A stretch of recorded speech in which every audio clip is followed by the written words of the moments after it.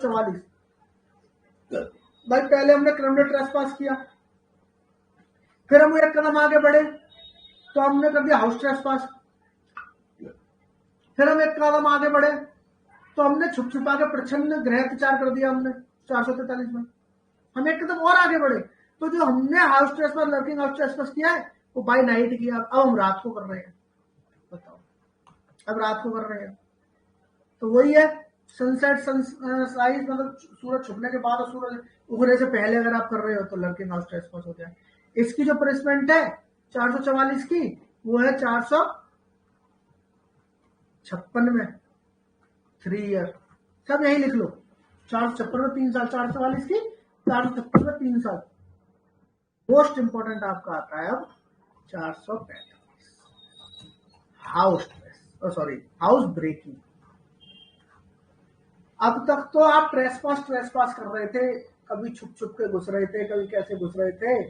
447 में criminal trespass किया, 444 में आपने हाउस ट्रेसपास किया, 43 में आपने उसको लर्किंग कर दिया और 44 में लर्किंग को भी आपने रात में घुस रहे हो। 445 है ना घर तोड़ के घुसेंगे जी, हाउस ब्रेकिंग है। और एक तो इसमें यही पूछता है कि हाउस ब्रेकिंग किसमें, और दूसरा पूछता है कि in how many ways you can do house breaking. तो हाउस ब्रेकिंग करने के कितने तरीके हैं? 6 वेज। ये पूछ लेता कई बार, 6 तरीके हैं। अब देखो आपको 6 याद नहीं करने, मैं बहुत सिंपल से आपको बात बताऊं, कॉमन सेंस आप लगा लेना। एक तो इसमें बहुत इंपॉर्टेंट ये पूछता है कि आपने चाबी कहीं रख दी बाहर और इसको चाबी मिल गई और उसने चाबी से गेट खोल दिया, ये भी हाउस ब्रेकिंग है। देखो तोड़ कुछ नहीं रहा, हाउस ब्रेकिंग को तोड़ने पर मत ले जाना, बस वो घुस रहा है। देखो कैसे चाबी उसे मिल गई, उसे चाबी से गेट खोल लिया, ये भी हाउस ब्रेकिंग। ऐसा कोई गेट जो आपने आने जाने के लिए बंद कर रखा है उसने उसे खोल लिया तो वो भी हाउस ब्रेकिंग है। सपोज करो आपकी चिमनी जाती है ऊपर, फिल्मों में दिखाते हैं चिमनी से जो घुसाते हैं, वो भी हाउस ब्रेकिंग है। तोड़ तो नहीं ना वो कुछ, बस भाई उस जगह से घुसाया। जिस जगह को आप नॉर्मली यूज नहीं करते आने जाने के लिए, उस जगह से घुसाए, वो भी हाउस ब्रेकिंग। ठीक है ना।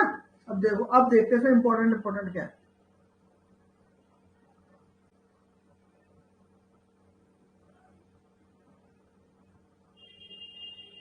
कोई भी ताला खोल रहा है, क्रिमिनल फोर्स असॉल्ट यूज करके अगर घुस रहा है ना, मारपीट करके असॉल्ट कर रहा है, वैसे घुस रहा है, तो वो भी हाउस ब्रेकिंग है।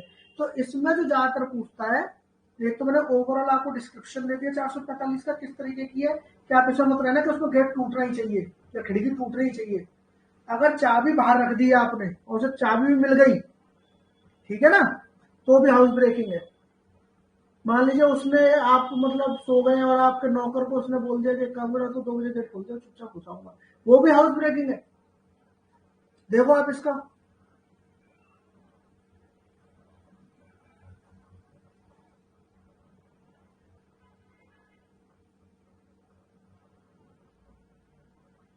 देखो थर्ड देखो आप इसका,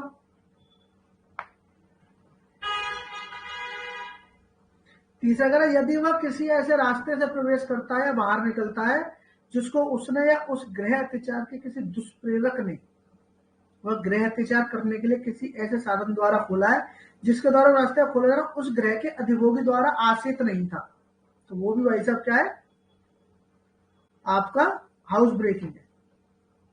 समझ रहे हो। और एक्सप्लेनेशन में कह रहा है कि एनी आउट हाउस और building occupied with house and between which and such house there is an immediate internal communication is part of the house वगैरह। मतलब मान लीजिए घर और एक आउट हाउस आपने बना रखा है, उसके बीच में आने जाने का रास्ता अगर कहीं से कुछ है तो उसे भी माना जाएगा कि ये भी एक हाउस के अंदर, तो हाउस ब्रेकिंग माना जाएगा। ठीक है, तो इसका देखो एग्जाम्पल, देखो आप एग्जाम्पल ए देखो, A commits house trespass by making a hole through the wall of the house, है ना, और जैसे उसने उसके अंदर and putting his hand through the aperture, जैसे उसने उस छेद में हाथ डाला अपना, समझ लो हाउस ब्रेकिंग कर दी उसने। पूरा घुसने की जरूरत नहीं है, छेद में हाथ डालते हाउस ब्रेकिंग का ऑफेंस हो गया, है ना। तो ये आप हाउस ब्रेकिंग 445 बहुत इंपॉर्टेंट है, याद रखिएगा। देखो इसका एफ देखो आप, इसका एग्जांपल एफ देखो आप, एफ क्या कह रहा है, A finds the key of the house door, उसको उसके घर की चाबी मिली विच जो जेड ने खो दी थी और उससे गेट खोल के वो घर में घुस गया, तो ये भी हाउस ब्रेकिंग है ना। और इसकी सजा कहां दी है, जैसे वो उसकी 443 की दे रखी थी, ऐसे हाउस ब्रेकिंग की 445 की जो सजा है वो दी है 453 में 2 ईयर। और जैसे 444 की जो दे रखी है आपकी, जैसे हाउस ब्रेकिंग होंगे 445 में, और इसी के 446 में अगर आप एक कदम आगे जाओगे तो हाउस ब्रेकिंग हुई, तो हाउस ब्रेकिंग बाय नाइट हो जाएगी 446 में, ठीक है ना। और 446 की का है 456 में 3 ईयर। 441 क्रिमिनल ट्रेसपास, 442 क्या था हाउस ट्रेसपास, 443 क्या था लर्किंग हाउस ट्रेसपास, 444 था lurking house trespass by night, 445 house breaking, 440 house breaking by night. इतनी चीज अगर आपने इस सीक्वेंस में ऐसे याद कर लिया आपने, और इंग्रेडिएंट आपको पता ही है, हाउस ब्रेकिंग के 6 तरीके ये पता ही है, आपका क्वेश्चन यहां से गलत नहीं होगा, ठीक है ना। एक 451 यहाँ पे कभी कभी मार्जिनल हेडिंग पूछ लेता है 451 451 देखो, house trespass in order to commit offence punishable in imprisonment. ये कह रहा है कि आप जो हाउस ट्रेसपास कर रहे हो 442 वाला जो ऑफेंस कर रहे हो, in order to commit offence वो ऑफेंस कर रहे हो जो इम्प्रिजमेंट से, ठीक है। और उसके ऊपर अगर आप देखोगे कि 450 देखो आप, 449, 50 और 51 तीनों एक ही लाइन में है। 450 कह रहा है आप हाउस ट्रेसपास कर रहे हो डेथ करने के उससे, 449 कह रहा है सॉरी, ऐसा आप एक ऑफेंस करने जा रहे हो जिसमें कि डेथ तक की पनिशमेंट हो सकती है, ऐसे ऑफेंस के लिए आप हाउस ट्रेसपास कर रहे हो।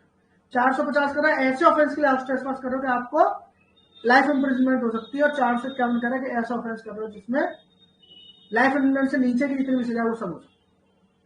तो 49, 50, 51 आप तीनों बस ये मार्जिनल हेडिंग से ही पूछेगा, ज्यादातर पूछता 451 कि इम्प्रिजनमेंट जिसमें हो सकती है, ऐसा करने के लिए अगर आपको ऑफेंस करने के लिए आवश्यक है वो किस सेक्शन में, तो 451 में, ठीक है। बाकी बाद में फिर इन सबकी पनिशमेंट वगैरह आ जाती है, वो मैंने साथ ही साथ बताई थी है। इसके बाद आप सीधा जाते हो फॉर्जरी,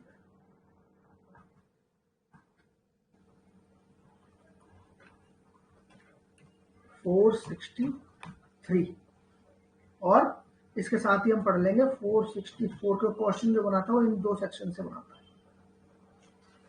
ठीक है ना। और इसकी सजा भी पूछ देता है, ऐसी बात नहीं है जिसकी पनिशमेंट कितना 465 में ये भी पूछ देता है, ठीक है। अब देखो फॉर्जरी देख लो, तो फॉर्जरी में क्या है, इसका एसेंशियल इंग्रेडिएंट हम लोग देख लेते हैं। फॉर्जरी कहता है, कह रहा है हुएवर मेक्स, पहली बात तो बनाता है, अगर कोई भी मेक, पहले वर्ड पकड़ लो, एनी फॉल्स डॉक्यूमेंट और फॉल्स इलेक्ट्रॉनिक रिकॉर्ड और पार्ट ऑफ डॉक्यूमेंट और इलेक्ट्रॉनिक रिकॉर्ड, तो कोई भी बनाता क्या है, फॉल्स कुछ भी बना रहा है, फॉल्स इलेक्ट्रॉनिक रिकॉर्ड बना रहा है, फॉल्स डॉक्यूमेंट बना रहा है, उसका कोई हिस्सा, पार्ट मतलब उसका कोई हिस्सा बना रहा है, with intent to cause damage. तो वो जो फॉल्स सब चीजें बना रहा है, इससे क्या कर रहा है, उसकी इंटेंशन क्या है, डैमेज और इंजरी करने की इंटेंशन है, सॉरी डैमेज और इंजरी करने की इंटेंशन क्या है उसकी। कोई भी अगर मान लो फॉल्स डॉक्यूमेंट वगैरह बना रहा है और उसकी इंटेंशन क्या है, उसे डैमेज हो इंजरी हो, किनको होगी इंजरी, किनको हो, या तो पब्लिक को हो या फिर क्या हो, किसी पर्सन को, वही वाली मिसचिफ की तरह, या तो पब्लिक एट लार्ज को नुकसान हो जाए या किसी इंडिविजुअल पर्सन को, वही इसमें फॉर्जरी में। या फिर क्या कह रहा है, या तो ऐसा हो उसकी इंटेंशन, या फिर क्या हो, और टू सपोर्ट एनी क्लेम और टाइटल, या फिर मान लीजिए कोई टाइटल है कोई, जैसे मान लो कि अपने आप को ओनर सिद्ध करना है, तो एक डॉक्यूमेंट बनाकर उसमें लगा देंगे, वो साबित कर देगा ये ओनर है, तो ऐसे टाइटल को, ऐसे क्लेम को सपोर्ट करे। और to cause any person to part with property, या फिर ऐसा हो जाए कोई व्यक्ति अपना सामान से अलग हो जाए, पार्ट मतलब उसमें ये है, पार्ट मतलब अलग, पार्ट विद पूरा वर्ड होता है, पार्ट विद मतलब उससे अलग हो जाए। और to enter into any express और इम्प्लाइड कॉन्ट्रैक्ट, या फिर वो धोखे में आके उस डॉक्यूमेंट को, फॉल्स डॉक्यूमेंट को देख के कॉन्ट्रैक्ट में आ जाए, कॉन्ट्रैक्ट कर ले, और with intent to commit fraud और दैट फ्रॉड में भी कमिट, या फिर उसकी इंटेंशन हो कि मैं ये जो फर्स्ट डॉक्यूमेंट वगैरह बना रहा हूँ उससे क्या करूंगा, फ्रॉड करूंगा, या तो कर दे या उससे फ्रॉड करा जा सके, वो फॉर्जरी होती है।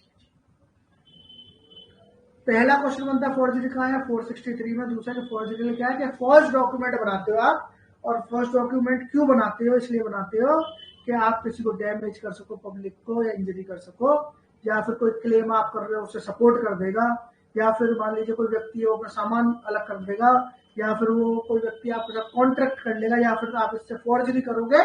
इन सब कामों के लिए अगर कोई फॉल्स डॉक्यूमेंट बनाते हो, कोई इलेक्ट्रॉनिक रिकॉर्ड बनाते हो, या उसका कोई एक हिस्सा भी बनाते हो, तो फिर वो फॉर्जरी कहलाएगी। ये तो भी डेफिनेशन। 464 कह रहा है कि ये मेक फॉल्स डॉक्यूमेंट क्या होता है। इस एक वर्ड को अभी हमने 463 में जो पढ़ा हमने कि फॉल्स डॉक्यूमेंट आप बना रहे हो, तो यही नीचे बता रहा 464 में कि फॉल्स डॉक्यूमेंट होता क्या है, बनाना कैसे बनता है, सपोज करो कब कहा जाएगा कि ये फॉल्स डॉक्यूमेंट बनाए। तो 464 देख लो। A person is said to make a false document और फॉल्स इलेक्ट्रॉनिक रिकॉर्ड फर्स्टली, कि अगर उसकी इंटेंशन डिसऑनेस्ट और फ्रॉडुलेंटली कह रहा है मेक्स साइन सील और executed document part of a document, या तो कुछ साइन सील बनाता फलाता एग्जीक्यूट करता है,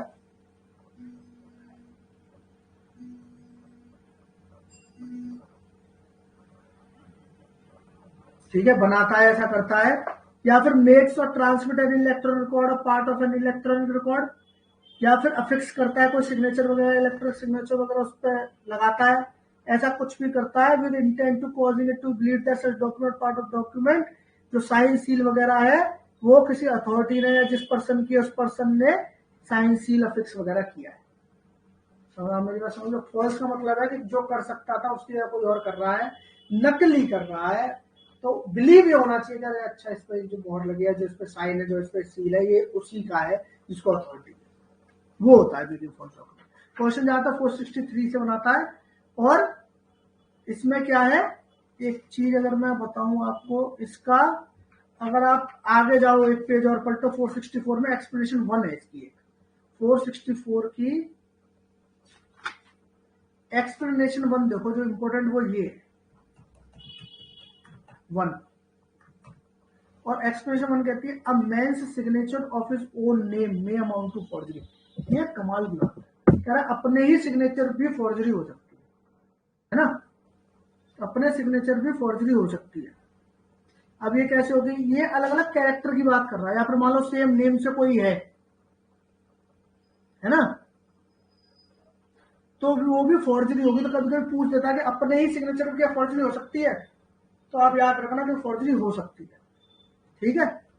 465 में इसकी सजा दी है, तो ये तो पनिशमेंट क्लॉज है। पनिशमेंट उसमें क्या है, वही 2 ईयर। 465 में 2 साल, इसमें कुछ नहीं है। इसके बाद आप देख लो एक इंपॉर्टेंट सेक्शन है आपका 468 इसमें, और ये सिर्फ इतना इंपॉर्टेंट है कि आपको इसका मार्जिनल हेडिंग पढ़नी है, चीटिंग के लिए फॉर्जरी। जो चीटिंग 415 में उसे पढ़ने करने के लिए अगर आपने कोई फॉर्जरी करी है तो 468 में मार्जिनल हेडिंग से इतनी पूछता है। और एक पूछता है आपसे 471, इसकी भी मार्जिनल हेडिंग पूछता है 471। ये कह रहा है कि आप फॉर्ज्ड डॉक्यूमेंट को एज अ जेन्युइन अगर यूज कर रहे हो, तो डॉक्यूमेंट जो है वो है फॉर्ज, और आप उसको यूज कर रहे हो एज अ जेन्युइन। छत्तीसगढ़ में क्या करता है, 468 471 से मेंस जब आता है तो उसमें प्रॉब्लम बनाकर देता है, पूरा जजमेंट लिखवाता है। ये वहां पर बड़ा इंपॉर्टेंट है। पीटी में भी जो इसके लिए इंपॉर्टेंसी बनती है वो इतनी बनती है कि आपने 463 पढ़ लिया, उसकी पनिशमेंट आपने 465 में पढ़ ली। 468 कह रहा है कि चीटिंग के लिए फॉर्जरी, 470 में कह रहा है कि आप डॉक्यूमेंट फॉर्ज डॉक्यूमेंट को अगर जेन्युइन यूज कर रहे हो तो 471 में फॉल करेगा। सिर्फ इतना ही आपके पीटी पर्पज से इतना ही पढ़ना, इसके अलावा कुछ नहीं पढ़ना, कभी और कहीं आता नहीं, ठीक है। उसके बाद आप आ जाओ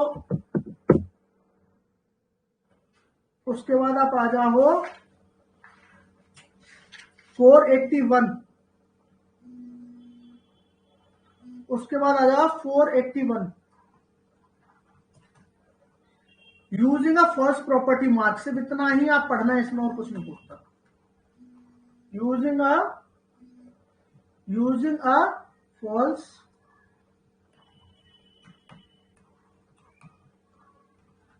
प्रॉपर्टी मार्क। कभी वैसे पूछता तो नहीं, मेरे हिसाब से कभी अगर पूछेगा, मुझे लगता है इंपॉर्टेंट है, वैसे कभी नहीं पूछता, तो कभी पूछ सकता है फॉल्स प्रॉपर्टी मार्क यूज करने के लिए कहाँ पर प्रोविजन है, वो 481 में। इसके अलावा आपको कुछ नहीं पढ़ना है, ठीक है। इसके बाद यहाँ से कुछ पढ़ने की जरूरत नहीं है आपको। फिर आप आ जाओ, जो इसमें इंपॉर्टेंट है थोड़ा सा, वो है 489A।